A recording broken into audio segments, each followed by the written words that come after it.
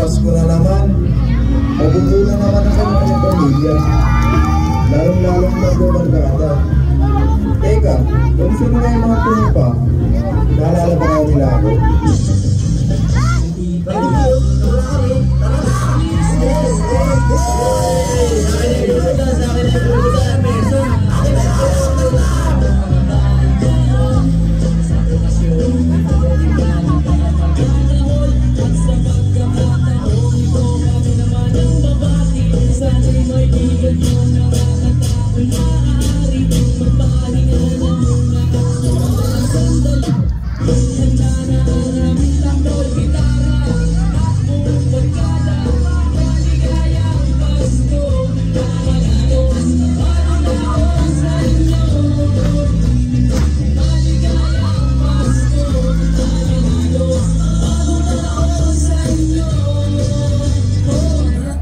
Teka lang, bakit? Nasusunod na ako eh.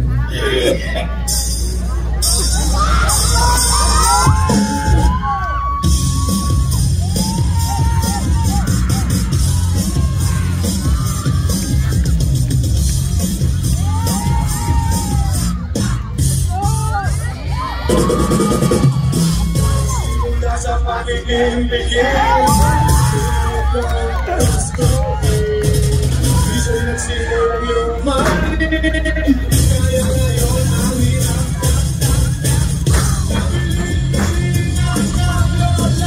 huwag nang uminom ng sentena. Ito hindi inumin ang mata. Kahit so please ka muna.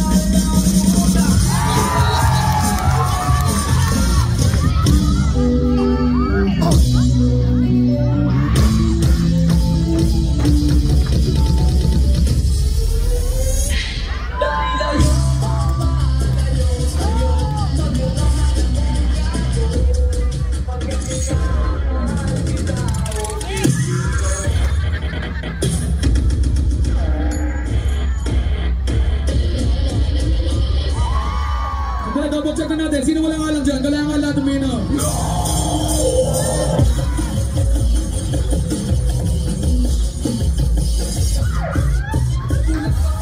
Kasabihan na sa akin, ngunit para sa'yo ang pag-ibig mo ay ulit.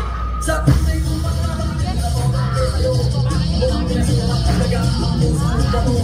Sana ko ba kung mawala sa tapunan mo na.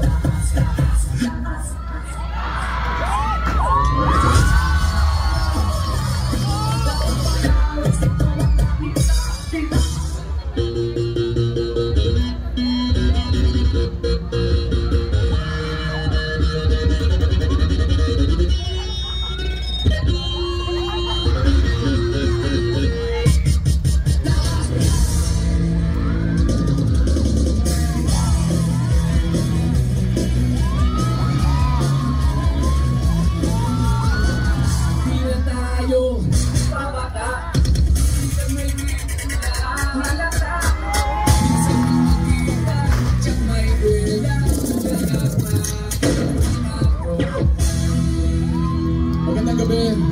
Welcome sa Inuman Sessions Volume 2, pare. Gusto pa ng tunay at pinagulong ng gusto. Wala ka naman! Maglabas ka ba ng baso at papagayan ko ngayon. Tama rin obsequious.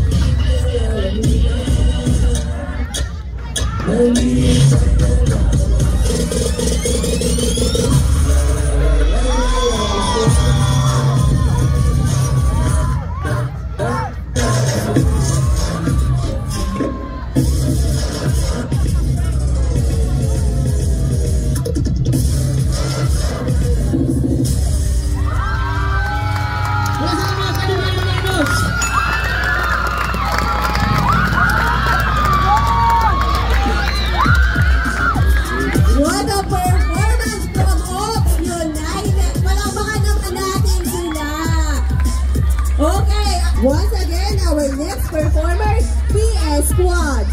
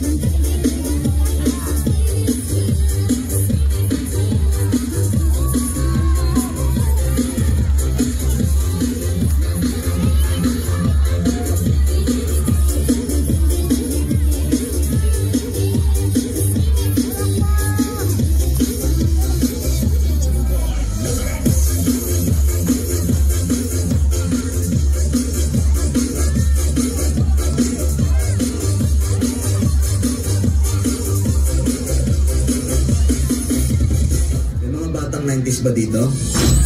Kamusta kayo?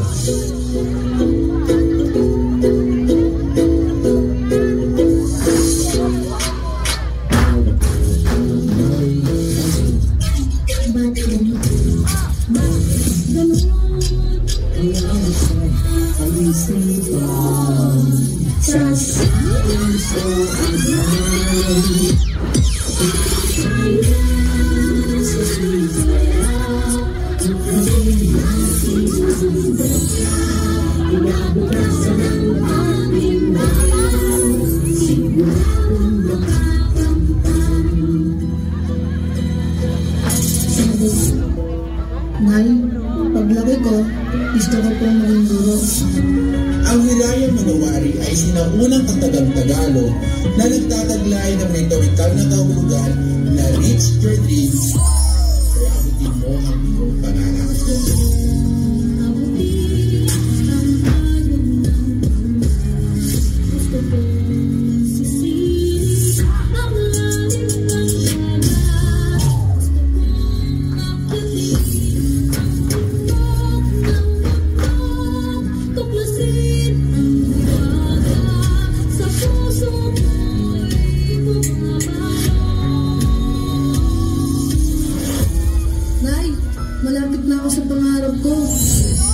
Nay, isa na po akong ganap na guro.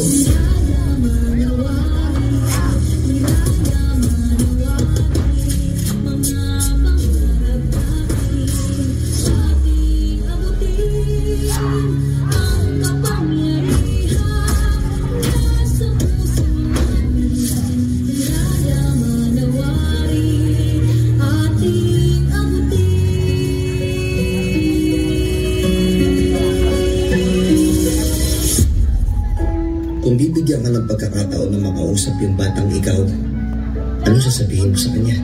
Ano ikikwento mo sa kanya? Ako, kung bibigyan ako ng pagkakataon na makausap yung batang ako, gusto ko lang sabihin sa kanya na dadating yung time dyan sa oras mo na yan, nababagsak yung mundo mo.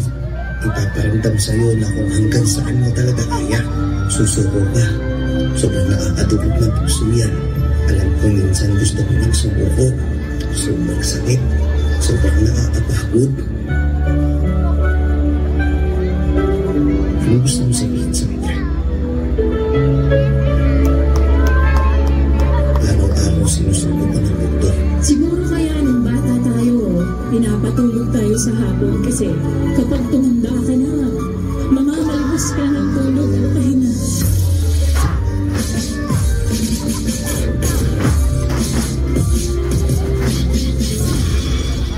Para sa batang ako, huwag ka dito. Wala si nanay dito.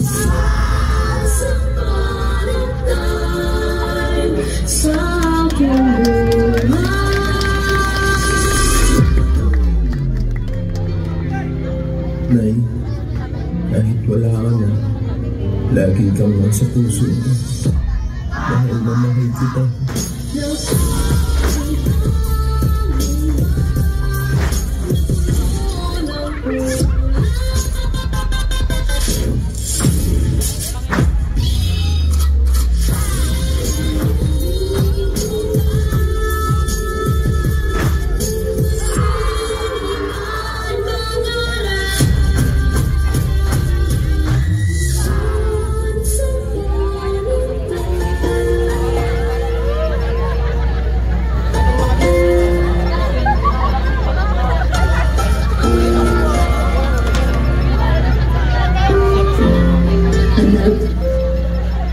Isang malaking pagpapalang ipinagkaloob ng Diyos sa amin ang para mo.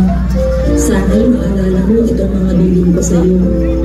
Hindi sa lahat ng panahon ay kasama mo tuloy ng papa mo.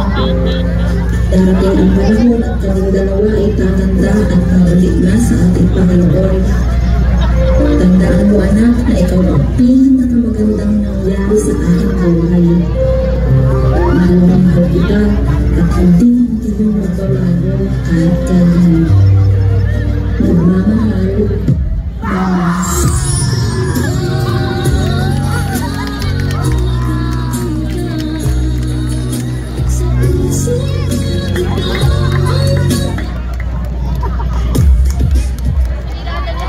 Ayan, isang mapusong performance ang ibinigay sa atin ng P-Squad.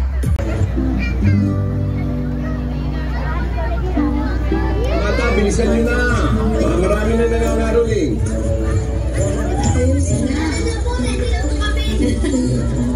Saan nyo ba gagamitin yung maiipon nyo sa pangangaroling? Gusto po sana namin ni Ariela bumili ng laruan. Ang nakantaan na kami kayo. Ano na, baka masyado pa tayong gabi sa pangangaroling. Ano na?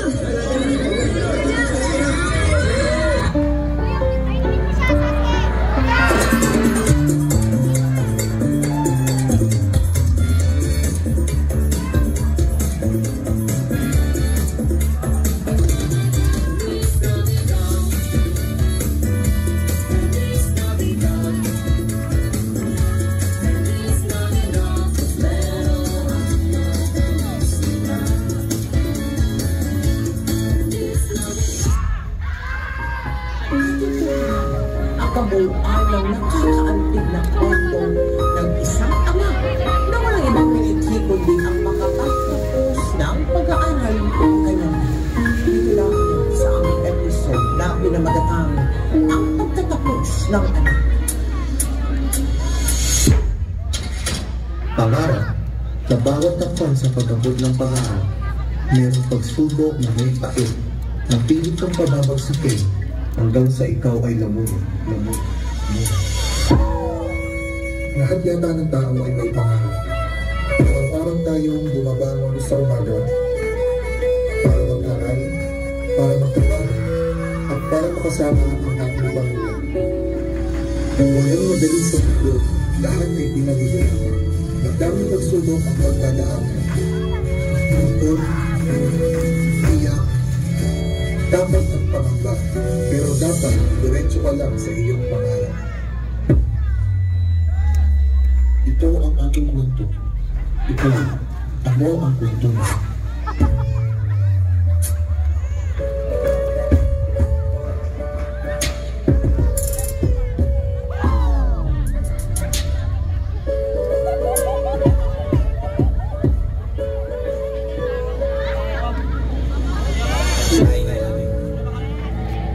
Ito, makakaw ko sa inyo.